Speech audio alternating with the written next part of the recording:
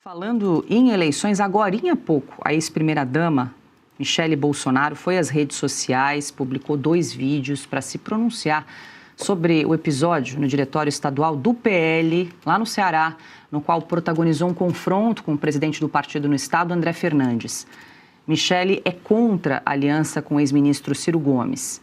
A ex-primeira-dama afirmou que é vítima de ataques. Não me deixaram viver em paz no momento mais difícil da minha vida. Inclusive, ignorando o pedido que o próprio Jair escreveu em uma carta para que parassem com os ataques. Ele está sabendo de tudo e vê a situação que tenho enfrentado. Então hoje, a verdade vai iluminar o que foi escondido na escuridão das notícias falsas e nos ataques irresponsáveis. Michele também detalhou a questão política no Ceará. Mas para um estado em especial, ele não só pediu que eu fosse, ele me enviou como missão. Porque era um povo pelo qual nós dois temos um carinho muito especial, o povo cearense. E eu fui. O que aconteceu depois foi um dos dias mais difíceis da nossa vida. A medicação que o meu galego estava tomando deu reações inesperadas. Ele ficou fora de si e acabou mexendo na tornozeleira. E isso resultou na transferência dele para a Polícia Federal. Meu marido foi arrancado de casa. Um dia que nós nunca esqueceremos. E logo depois desse dia, pessoas que se diziam fiéis ao meu marido, que se gabavam e lucravam por se dizerem bolsonaristas, se apressaram em me atacar, em me humilhar, em dizer que eu estaria, desculpe a palavra, cagando para o meu marido. Alguns desses influenciadores estavam nos Estados Unidos e de lá induziam pessoas ao erro e comandavam os ataques gratuitos covardes contra mim. E eu não conseguia entender por que estavam fazendo aquilo comigo. Eu estava fazendo exatamente o que o meu galego me pediu para fazer. Como alguém que diz amar o líder pode atacar a esposa que está cumprindo a missão que ele determinou? Michele questionou o apoio de André Fernandes, Flávio e dos irmãos do senador Ciro Gomes, depois das falas do ex-ministro à própria família Bolsonaro. Já que a aliança com o Ciro é tão boa, por que o André não disponibiliza a vaga do seu próprio pai? Estranho, né? Por que só a mulher tem que ceder? Não dá para aceitar. E foi exatamente isso que me assustou quando cheguei a Brasília. Vi as postagens do Flávio contra mim nas redes sociais. Palavras duras, tom agressivo, defendendo André Fernandes. E, em consequência, apoiando a aliança com o homem que chamou a ele, a mãe e a seus irmãos de corruptos e de ovos de serpentes nas estoides. E não foi só ele. Os irmãos vieram juntos, de forma coordenada, com textos bem parecidos uns com os outros. Pareceu combinado, premeditado. Peguei o telefone, procurei mensagens do Flávio. Procurei uma ligação perdida, procurei qualquer sinal de que ele tinha tentado falar comigo antes de falar para o Brasil. Não tinha nada. Eu fiquei triste, porque eu não imaginava que eles teriam essa reação. Eu redigi uma nota, disse que lamentava se eles se sentiam afrontados, que respeitava a opinião deles, pedi perdão, mas disse também, e vou repetir aqui, que eu tenho o direito de achar errado uma aliança com quem sempre se declarou inimigo do pai deles. Tenho o direito de ser coerente com os valores que eu acredito. Eu não vou trocar valores por pragmatismo político oportunista. Também não estou impedindo ninguém de fazê-lo, mas acho errado fazê-lo no primeiro turno. Michele também afirma que Flávio não fez questão de seu apoio à candidatura à presidência. Voltando ao Flávio, telefonei para ele, tentei algumas vezes, mas ele não atendeu. Algumas horas depois da postagem, ele retornou a ligação. Mas, sinceramente, para falar o que ele me falou, seria melhor se ele não tivesse ligado. Ele foi muito ríspido, me desrespeitou e me maltratou ao telefone. E eu não tinha feito nada contra ele. Ele disse que seria melhor eu ficar fora das decisões do partido. Disse que eu havia chegado ontem e não entendia nada de política. Diante dessa humilhação, eu disse a ele que estava tudo bem. Entendi que ele não queria o meu apoio ou que este era insignificante. E então eu me recolhi. Fiquei na minha e assim permaneço. Eu sou presidente nacional do PL Mulher. Fui convidada pelo meu marido e pelo presidente Valdemar. Eu percorri o Brasil inteiro. E ainda assim, Michele reforçou o apoio à candidatura de Flávio Bolsonaro. Mesmo depois de todas essas coisas, eu abençoei a escolha do Jair e a pré-candidatura do Flávio, nas mesmas redes sociais nas quais ele e os irmãos me atacaram e onde também foi publicada a entrevista dele me chamando de desrespeitosa e autoritária. Como eu disse, Adalberto Piotto, nós começamos com vocês. Foram 2 vídeos de quase meia hora cada, enfim, depois convido a audiência a acompanhar na íntegra. A gente selecionou alguns trechos aqui mais fortes desse verdadeiro desabafo aí da ex-primeira-dama Michele Bolsonaro. Ela começa o vídeo dizendo que estava calada, queria proteger a família, mas ela em dado momento disse assim, mas agora não dá mais. E aí ela começa, então, ela disse que tentou ficar quieta, mas agora ela parece que quer passar tudo a limpo, enfim, e traz vários episódios. Talvez o principal, aquele que ganhou uma grande repercussão, foi aquele confronto com o presidente do PL no estado do Ceará por conta da divergência ali entre o apoio a Eduardo Girão e Ciro Gomes em relação ao governo do estado. Tem um lado da política que é pessoal e o outro que é pragmático. Vamos lá. O pessoal, ela decidiu colocar tudo isso publicamente. É direito dela? É. Agora, o lado pragmático da política diria para você não ficar lavando tanta roupa suja em público. Essa é a questão. Eleição se ganha com votos. E você precisa juntar as pessoas todas. E obviamente, esse é o principal discurso da oposição, mesmo nos outros candidatos que não são do PL e tudo mais, estou me referindo ao Zema, que é do Novo, estou me referindo ao Caiado, todos os outros dizem que o grande objetivo é tirar um governo, o governo do PT, que está acabando com o Brasil. A gente sabe, a gente divulga aqui os números todos. Se havia algum momento para fazer, esse momento, na minha opinião, já deveria ter sido lá atrás. Fazê-lo agora só esquenta esse debate. A questão é que, no final, ela diz, não, mas eu vou apoiar o Flávio e, digamos, honrar o apoio que o presidente Jair Bolsonaro deu. Os votos dessa direita, dessa nova direita brasileira, os votos pertencem a Jair Bolsonaro. E aí a gente percebe como a coisa foi armada. A prisão do Jair Bolsonaro, a forma como se deu, a pressa com que se fez um julgamento completamente atropelado e tudo mais, era para tirá-lo do jogo. Se ele estivesse publicamente aceitando, podendo receber pessoas, ou nem preso, inclusive, podendo viajar ao país e conversar com aliados, muito dessas coisas seria evitado. Fica todo mundo com 10 minutos, 15 minutos e vai lá, não pode isso, não pode aquilo. Aliados de primeira mão não podem falar. Quantas vezes, por exemplo, o Rogério Marinho, que é um senador, ministro do Bolsonaro, é hoje o coordenador nacional da campanha do Flávio Bolsonaro, pôde falar com o presidente nos últimos tempos? Não, é tudo via Flávio e agora a Michele, que convive, obviamente, com o marido. Em política, lavar roupa suja não ajuda muita coisa. Porque se o interesse final é derrotar o governo que aí está, você vai lá e se contém. A decisão dela de falar gera, obviamente, uma série de ruídos que vão ter que ser negociados a partir de agora. A questão do Ceará, e é uma questão particular, porque o Ciro Gomes tinha frases, obviamente, mais duras, mas política você faz com quem não discordava de você em torno de uma causa comum. A causa comum maior é tirar o PT do governo no Ceará e tirar o PT do governo de Brasília. Pronto, o governo de Brasília, estou dizendo, o governo brasileiro. O que muito ruído só gera problema. Uma oposição que, convenhamos, já tinha um barulho muito grande para administrar e que estava, digamos, passando por isso.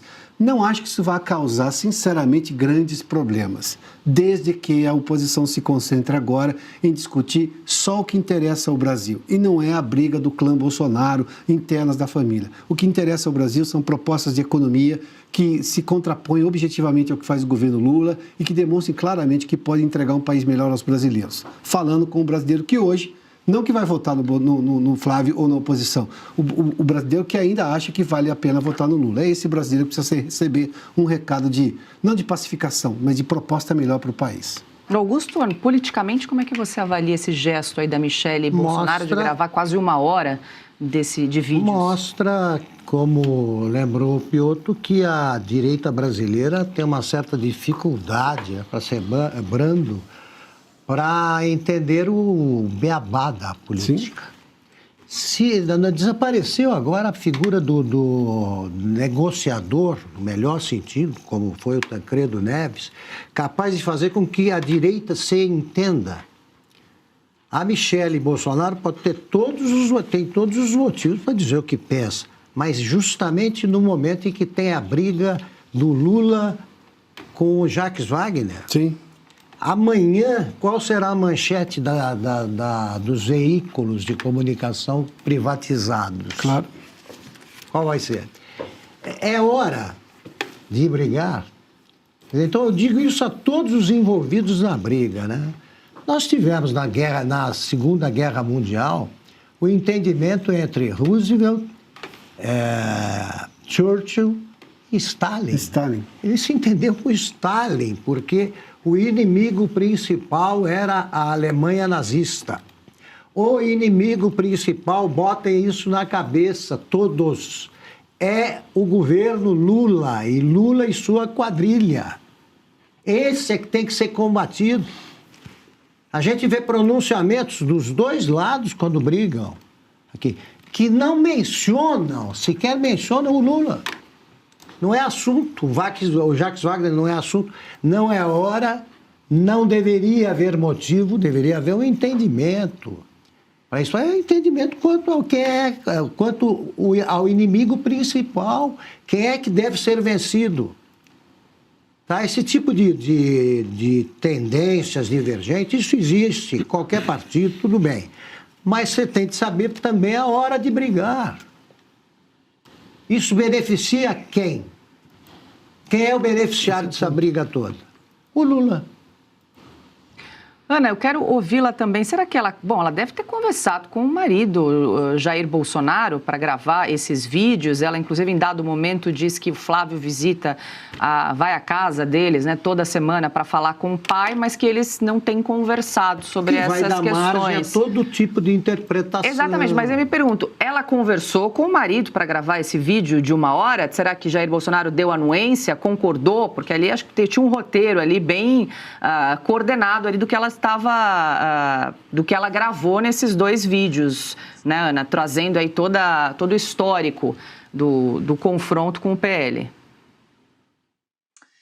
Pois é, Paula, isso provavelmente a gente assume que o vídeo de hoje tenha tido o aval, né, do presidente Bolsonaro.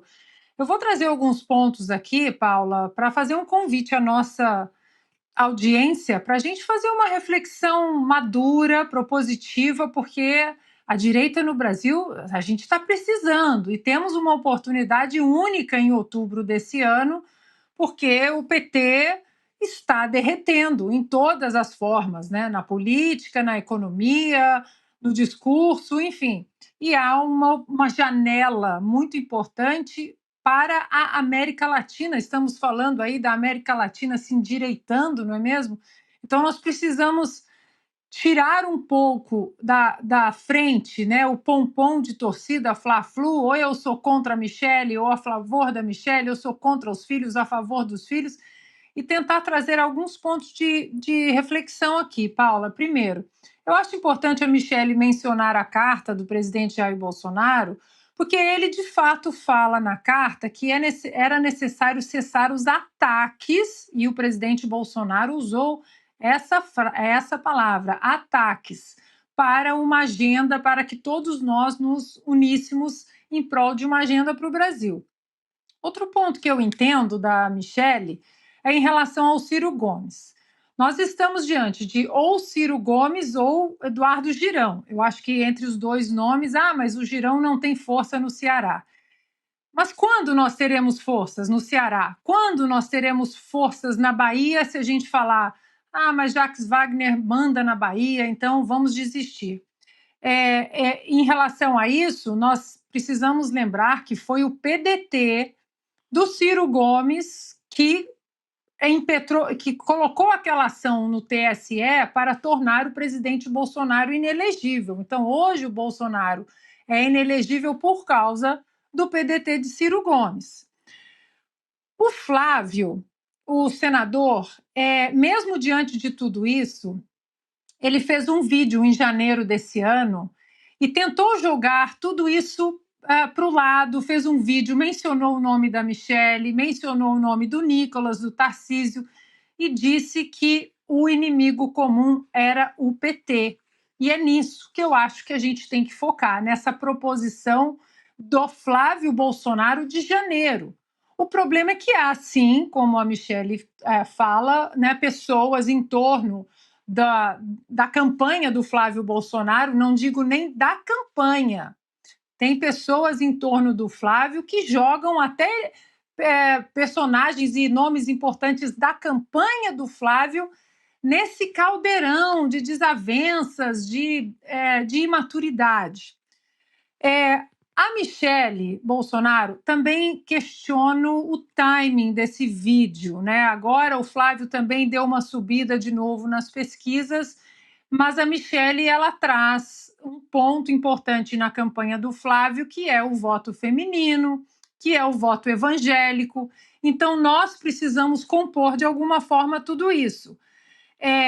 Se há críticas ácidas, ataques, muitos falam por parte da Michele em relação aos filhos, mas há por parte dos filhos também em relação a Michele.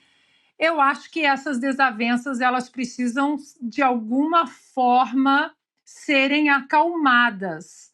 As pessoas precisam respeitar a carta do presidente Jair Bolsonaro pedindo para que todos os ataques de qualquer lado que eles cessem.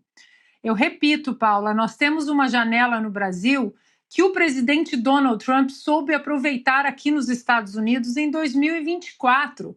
Ele chamou para sua base pessoas que não gostavam dele, pessoas que não votaram nele em 2016, que não votaram nele em 2020, e ele ficou de braços abertos e disse: tudo bem você não gostar de mim, como o próprio vídeo do Flávio disse, né, o vídeo de janeiro desse ano. Então, eu acho que os dois lados, tanto o lado da Michele quanto o lado do Flávio, os dois lados têm pontos importantes para serem trazidos nessa janela única que a gente vai viver em outubro desse ano. E isso precisa ser apaziguado, porque o Brasil, Paula, não aguenta mais 4 anos de PT. Nós vamos ter que precisar deixar as desavenças do lado e aproveitar essa oportunidade em nome do legado do presidente Jair Bolsonaro. Eu sei que muita gente fala, mas os filhos não são igual o pai, mas a esposa não. O Jair Bolsonaro realmente não tem igual o Jair Bolsonaro, nem a força política e o capital político do presidente Jair Bolsonaro. Mas, repito, Paula, nós vivemos isso aqui em 2024 e é isso que eu queria trazer para a nossa audiência. Essa janela que nós tivemos aqui em 2024, com muita gente que não gostava do candidato Trump, que falou, olha, é uma janela única, não dá mais para 4 anos de Joe Biden. E é preciso trazer maturidade para esse debate, para a gente aproveitar essa janela em outubro. Porque 4 anos disso que nós estamos vivendo, a gente não vai aguentar. Além do mais, Paula, que o próximo presidente, se eu não me engano, são quatro nomeações para o Supremo Tribunal Federal. Imaginem mais 4 nomeações de Luiz Inácio Lula da Silva. Meu Deus!